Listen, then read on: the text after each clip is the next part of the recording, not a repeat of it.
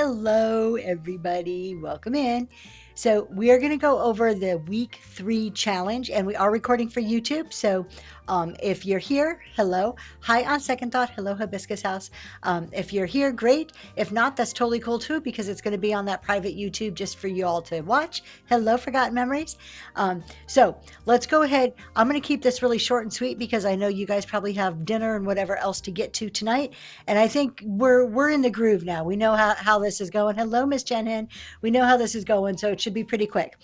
The challenge this week, week 3, is the structure challenge. You may have already saw it. We dropped it down yesterday for you guys to take a look at in that Dropbox folder, but it's the structure challenge. So this is around structure and systems. So having a repeatable system is vital for any type of growth.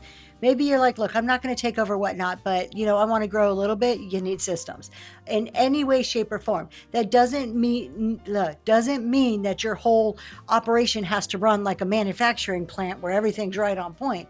But you do need systems in different areas.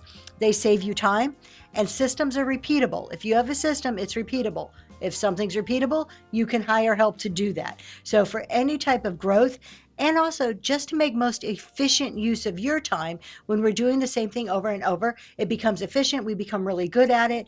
And we can do it sometimes without even consciously really thinking about it. Think about how you do dishes. You probably have a way that you do dishes every time you go, every night after dinner when you go to do your dishes. You probably have put all the dishes in the sink, wash them out, wipe down the counters, wipe out the sink. So you probably have a way to do it, even if you're not really thinking about it. We want to get to that point with certain processes in our business. So you have 2 really big challenges this week. One is to create a system, any system that your business needs. I put some suggestions, but it does not have to be what I suggested. You pick what your business needs, such as, could it be a closing routine? How do you close your show? What do you say? Are you just like, oh, okay, we're done, see you later? Or do you have something you say? What is the buyers come to expect from you in your closing? Do you take a few minutes, flip that camera around if you're not a front-facing person, and chat for a couple of minutes so that you can make some connections? That could be a good closing. So maybe that's what you want to pick. Or do you have a raid routine? What do you say every time somebody comes into your room? The more you practice, the more you have it down, the easier it becomes, and it doesn't disrupt your selling, right? We've all seen sellers who they get a raid and it's just like, okay, the whole show has to stop because I got a raid, right? And we probably shouldn't do that because then it's disruptive to the people already in the room. Maybe it's a pre-show checklist. What do you do before the show? Got my battery, got my cords, got my tags, whatever it is. Maybe it's how you price or how you pack. Maybe it's in your shipping or your packing that you need a little bit of a system. Photographing, listing. How do you bag and tag during the show? What are you doing when somebody buys an item? Do you have a set system on how do you need to label it if you're not pre-listing? Do you have a certain spot you put it? How about if something doesn't sell? Where does that go? So anything in your business, if you just sit and think for a few minutes, the challenges this week aren't really necessarily physically hard. It's more about, let me really think through what my business needs. So think about a system, come up with the system, implement your system. So you're going to think about it, you're going to implement it, you're going to practice it throughout the week, whatever that system may be. Then the second challenge, this is probably the more difficult part. Rewrite your intro. If you have an intro, make it better. If you don't have a standard intro, write one. And then during your shows this week, practice your intro. I gave mine on there for you to see. I mean, you've been in my shows. A lot of you have heard me say it, but I put mine in there. It doesn't have to be like mine. That's what I came up with. You need to come up with one that fits you and your personality and your style. However, there are a few key things that a good intro should have. Who you are and what you sell. Pretty easy. Hey, my name's Tracy. This is Zoe's Treasures. We're doing vintage decor. So, hey, we're doing cards tonight. Then what kind of experience can the buyer expect? We're setting the stage. We're answering buyers' questions before they even know they have the questions. Okay. So what kind of experience? This can be communicated through theme. We're doing vintage decor tonight and it's all glowy glass. Or, hey, we're doing playing cards tonight and we're doing all travel cards or all companion cards. So you're letting them know, hey, it's all companion cards. I'm not looking for some one-off card with a dog on it, right? I'm there. So you're letting them know what to expect for the night. Why they should stay. Now, this is an iffy one. This is one sometimes it applies, sometimes it doesn't.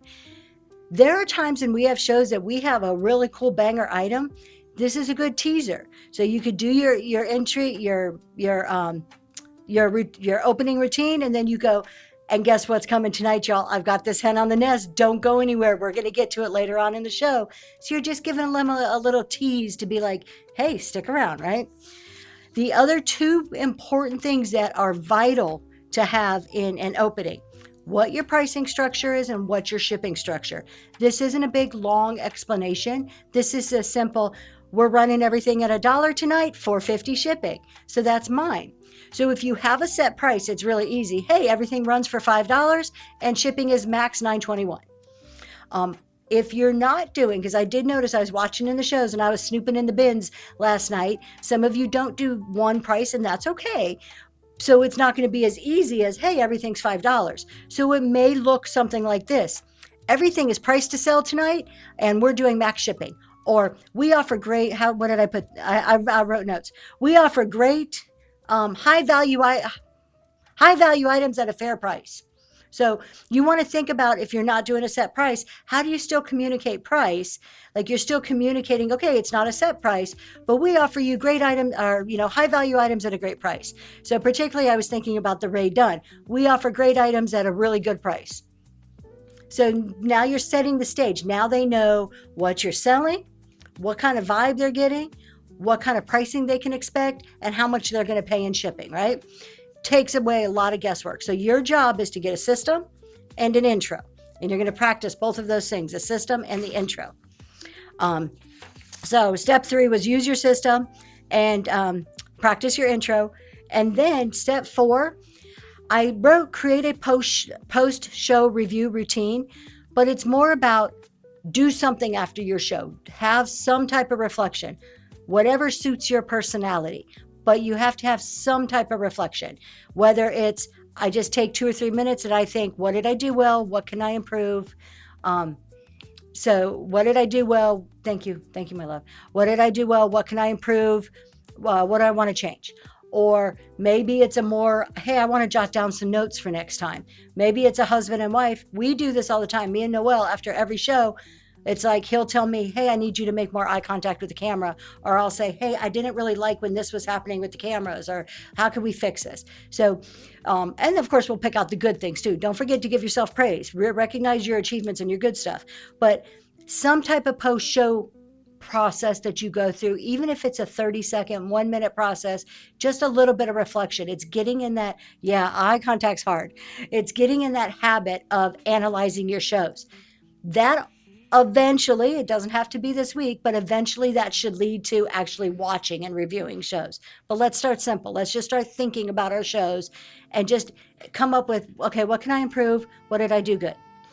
And that's it. That's the crux of your challenge. The 2 hard parts are your system and your opening. Then challenge night. This week, challenge night is going to be 20 minutes. You're going to be selling.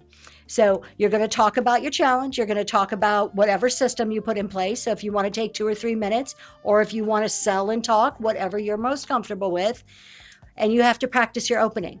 So you know how we start, like every time before a raid, you start your show 2 or 3 minutes early, so you get ready, right? You can use that as your warm up, practice your opening, and then as soon as that raid comes in, you should be doing your opening. It's a good chance to really practice. Hey, my name's Tracy. This is Zoe's Treasures. Because think about this. If you get an opening down pat, that opening then becomes your raid. What you do with your raid, you just shorten it down. Your opening is something that you may want to shorten and do a couple of times throughout the show, because you always have new people coming and going, right?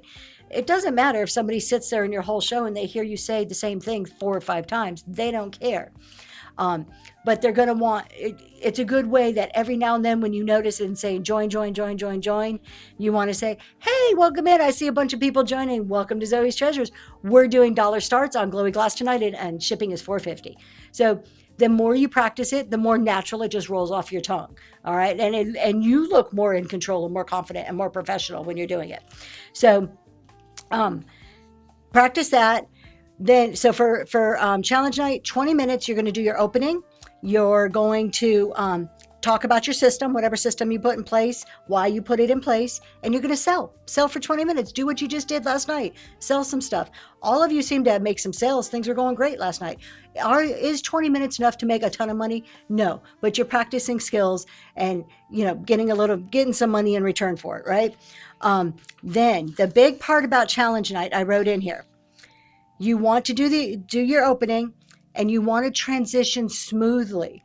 Think about a movie. Every time you watch a movie or a TV show, what happens? It kind of comes on. The big intro catches your attention. That's your opening. And then usually it fades to another scene, and it starts to get into the rhythm. And then at the end of the movie, after the big cliffhanger, it fades back out, and then it kind of ends, right? Or it changes scenes. We want to have that same smoothness in our show where we're just flowing from opening to selling to closing. So we don't want to do our opening and then okay, I guess it's time to sell. No, it's like, welcome to Zoe's Treasures. Let's get going, everybody. Our first item up tonight. So you really want to just practice those smooth transitions during your challenge night. Maintain a pace. I don't think any of you have a problem with the pace, and it doesn't have to be fast. It's your pace. What's your comfortable pace? We're thinking repeatability here, right? We're forming a show structure with this. This is what your regulars come to know. This is what starts to ease buyers when they come into your room. They start to know what to expect. So it's either you have a show that's high paced, fast going, and your buyers are like, yeah, let's go, like a card break show, or you're the kind of show where someone's coming in and they're going to hold their cup of coffee and they're going to shop and look at gorgeous jewelry and bid. So this is the flow. You're setting that vibe, that experience, but you're doing it by thinking through each part of it. So our opening, how do we transition? And then at the very end, I want you to deliver a clear call to action. This could be anything, but you should always have a call to action. You need to tell people what to do next. I know it kind of sounds bossy, but you need to tell people what to do next. You can't expect them to read your mind. What do we want? We want you at our next show. We want bookmarks. We want something.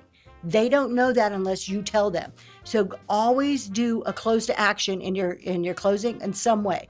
Some of the call to actions that I noted. You might say, hey, did you know you can bundle bin items with whatever you bought in the show for up to 2 hours after the show closes? And of course, you got to read the vibe. Like if people are really hitting your bin hard, you can be like, we're going to be ending the show soon, but guess what? You can keep buying in the bin for 2 hours and it'll bundle with everything you bought in the show. Did you know Whatnot does that? How cool. All right, let's go find somebody to raid. You've given them a call to action to keep shopping. Or, you guys, my next show is Friday morning at 7 a.m. Don't miss it. We'll see you there. It could be really simple. Or it could be, maybe it's not your next show. Maybe you have some big event show, something you're planning, something in the works, and you can be like, don't forget to bookmark my upcoming reverse auction. It is 3 weeks from now, but you are going to love it. So think about what it is that you really want people to do after your show and make that call to action, because the only way they know to do it is if you tell them to do it. And that's it. That's all of it. So all of that's written down. Of course, you can watch this again too. Okay. My husband's like giving me notes over here. 1, how are you guys feeling? There's a few of you here. How are you feeling so far? We're at the halfway mark. Are you feeling okay? Overwhelmed? Making progress? Ready to throw something at me when you see my face on the screen? All of that's okay to say. It's okay. Making progress, loving it. Okay. All right. Awesome. I love that. It's all about coming to the end of this in a couple weeks and looking back at April 1st and being like, you know what? I've grown some this month. And that's all that we can hope for, is a little bit of growth. I do suggest, for those of you who can, if you have one, use a secondary device. So your phone, obviously you're probably streaming from your phone, most of you. If you have a secondary device, use it. It is super helpful. You don't have to. It's not part of the challenge. Mere suggestion. And if you are using your secondary device, it just makes it easier. And that could be part of a system too, on how you're operating your show, how you're running your items. That may be your system. If you are using a secondary device and you don't have help, a lot of people fly solo, that's okay. I would suggest keeping that secondary device somewhere where you're not turning away from the camera all the time. So maybe you want to try to move it more where while you're looking at chat or while you're running something, you can, look up at the camera and be like, we're about to run this item right here. Let me get it going for you. Instead of turning a lot, so that we're having more contact with the camera. That contact, that personability, it's little, but it helps. So, all right. Any questions? That was it. I told you guys I would try to be quick. I don't really want to take a lot of your time on these shows. But if I don't see questions, I'll assume that you will message me if you have any. For the schedule next week, I was going to keep the order the same. The time is a little bit longer, so I'll post the times tonight. I was going to keep the order the same, but feel free if you want to switch. You want earlier? Okay, so you want me to start earlier than 6 o'clock? Or you just want to be earlier? Because I can just move you earlier and switch you, because Miss Jenhen's like, we're cool. Schedule you earlier. Got it. So I'll do that. And then when I put the schedule out, feel free to be like, hey, just like now, can I get earlier? Anybody switch with me? I'm totally cool. I don't care if we switch stuff around. As long as I know before we go on and I can put it in my show notes, I'm happy. So, okay. So let's see. Hibiscus House, I'm going to put you a little bit earlier. And then everybody else so far looks pretty cool on whatever time. And we're doing 20 minutes next week each. If you have the set schedule, it actually helps me. That way I can go into your shows ahead of time and let you know and prepared for whenever they're ready to raid. Yeah. So that way I go in and I give you the heads up for you to be ready.